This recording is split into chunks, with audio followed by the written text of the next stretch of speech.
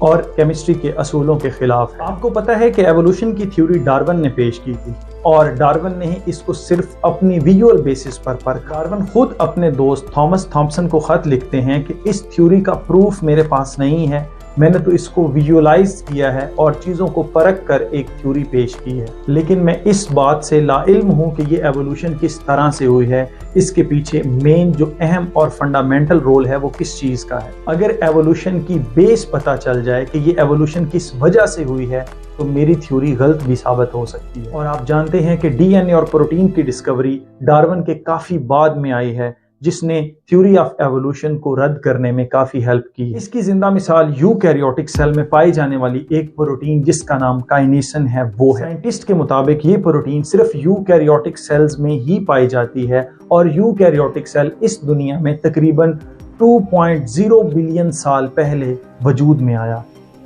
تو اس کا مطلب یہ ہوا کہ کائنیسن پروٹین بھی 2.0 بلین سال ہی پرانی۔ حال ہی میں ایک کائنیسن پروٹین ایسی بھی دریافت کی گئی ہے جو بیکٹیریا سے حاصل ہوئی ہے، اور بیکٹیریا یوکیریوٹک سیل سے تقریباً 1.5 بلین ایئرز پہلے وجود میں آیا تھا۔ تو ایک چیز سمجھ سے بالا تر ہے کہ ایک پروکیریوٹک سیل کو 1.5 بلین سال لگ گئے ایک یوکیریوٹک سیل میں تبدیل ہونے میں، اور سائنٹسٹ کے مطابق جتنے بھی جاندار آج ہم کو نظر آتے ہیں وہ سارے کے سارے یوکیریوٹک سیل سے ایوالو ہوئے ہیں۔ تو 2 بلین سال کے اندر کس طرح سے اتنی بایو ڈائیورسٹی ہمیں دیکھنے کو ملتی ہے نا ایک اور سوالیہ نشان۔ تو اس کا مطلب یہ ہوا کہ کائنیسن پروٹین تخلیق کی گئی ہے نہ کہ ایوالو ہوئی ہے، اور آج بھی ہمیں اپنی اصلی حالت میں ملتی ہے۔ ایک اور ریسرچ کے مطابق بیکٹیریا میں موجود فلیجیلا جو اس کو حرکت کرنے میں مدد دیتا ہے 30 سے زیادہ پروٹین سے مل کر بنا ہوتا ہے۔ اگر اس میں سے کوئی ایک پروٹین بھی مس ہو جائے تو فلیجیلا اپنا کام نہیں کر سکتا۔ جب ایک پروٹین بائی چانس نہیں بن سکتی تو یہ 30 سے زائد پروٹین اس سمپل سیل میں کیسے بن گئیں، اس کی جینیٹک انفارمیشن کہاں سے آئی، اس کو کس نے کوڈ کیا، اس کے لیے امائنو ایسڈز کہاں سے آئے، اس کے لیے رائبوسومز کہاں سے آئے، ٹرانسفر آر این اے کہاں سے آیا، ہے نا ایک سوالیہ نشان۔ ایوولوشنسٹ کہتے ہیں کہ انسان جو ہے وہ بن مانس سے بنا ہے، انسان کے آباء و اجداد میں بندر بھی آتے ہیں۔ یہ بات کتنی سچ ہے اس کو پروو کرنے کے لیے سائنٹسٹ فوسل ریکارڈ دیتے ہیں۔ کیا ان سائنٹسٹ کو یہ فوسلز اپنی اصلی حالت میں ملے ہیں؟ تو جواب ہے نہیں، کیونکہ سائنٹسٹ خود کہتے ہیں کہ اس میں مسنگ لنکس موجود ہیں۔ سائنٹسٹ کے مطابق انسانوں کی کچھ اور سپیشیز بھی موجود ہیں جو آج کے انسان یعنی کہ ہومو سیپینس سے پہلے پائی جاتی ہیں، جس میں ہومو ایریکٹس ہے، ہومو ہیبیلس ہے اور نیانڈرتھالز ہیں۔ ان کے ملنے والے فوسلز کو سائنٹسٹ نے آرٹیفیشل انٹیلیجنس کے ذریعے ایک تصویری شکل دی ہے، اور اس تصویروں کے اوپر انہوں نے بال دکھائے ہیں۔ تو ہڈیوں سے کیسے پتہ چل سکتا تھا کہ ان کے اوپر بال ہیں؟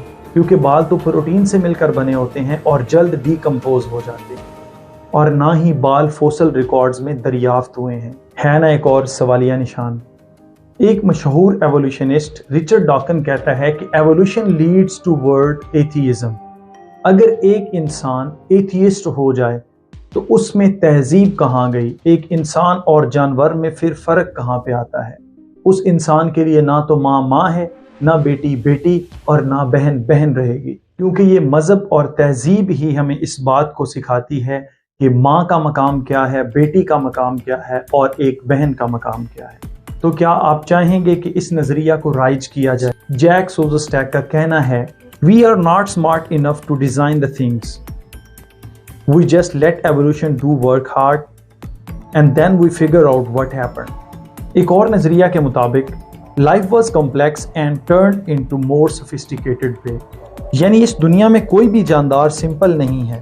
اگر آپ ایک سمپل سیل بیکٹیریا کو بھی الیکٹران مائکروسکوپ سے دیکھتے ہیں تو وہ بھی بہت زیادہ کمپلیکس اور پیچیدہ ہے۔ ایوولوشن ہمیشہ مائکرو لیول پر ہوتی ہے اور پہلے سے موجود جینز کی وجہ سے ہوتی ہے۔ اس کی مثال ہم ڈاگ سے لے سکتے ہیں۔ کسی کا قد بڑا ہے تو کسی کے بال، کسی کا رنگ خوبصورت ہے تو کسی کے کان، لیکن بریڈرز نے ان کو اپنی مرضی سے کراس کروا کے نئی ویرائٹیز متعارف کروائی ہیں۔ لیکن مزے کی بات یہ ہے کہ یہ تمام تر خصوصیات ڈاگز میں پہلے سے موجود ہیں، یعنی کہ ڈاگ کی پاپولیشن کے جین پول کا حصہ ہیں۔ یہ الگ بات ہے کہ وہ مختلف ڈاگ میں مختلف شکل میں نظر آتی ہیں۔ ان کے کراس کرنے سے نئی ورائٹیز سامنے آتی ہیں، نہ کہ نئی سپیشیز۔ ایک اور نظریہ کے مطابق life was complex and turned into more sophisticated way, یعنی اس دنیا میں کوئی بھی جاندار سمپل نہیں ہے۔ اگر آپ ایک سمپل سیل بیکٹیریا کو بھی الیکٹران مائکروسکوپ سے دیکھتے ہیں تو وہ بھی بہت زیادہ کمپلیکس اور پیچیدہ ہے۔ تو اس کا مطلب یہ ہوا کہ اس کائنات کا کوئی نہ کوئی کریٹر موجود ہے جو اس کو ترتیب سے چلا رہا ہے۔ یہ تمام سرکمسٹانسز خود بخود نہیں ہوئے، ان کو ویل ڈیزائن کیا گیا ہے۔ اور اس ویڈیو کا نچوڑ یہ ہے کہ اللہ نے انسان کو شعور دیا اور اس شعور کی وجہ سے اشرف المخلوقات کا درجہ دیا، لیکن انسان اسی شعور کو استعمال کرتے ہوئے خود کو دوبارہ سے جانور بنانے کی کوشش کر رہا ہے۔ لگتا ہے کہ انسان کو عزت راس نہیں آئی۔ آئی ہوپ کہ آپ کو یہ میری ویڈیو اچھی لگی ہوگی۔ Stay connected. Thank you and اللہ حافظ۔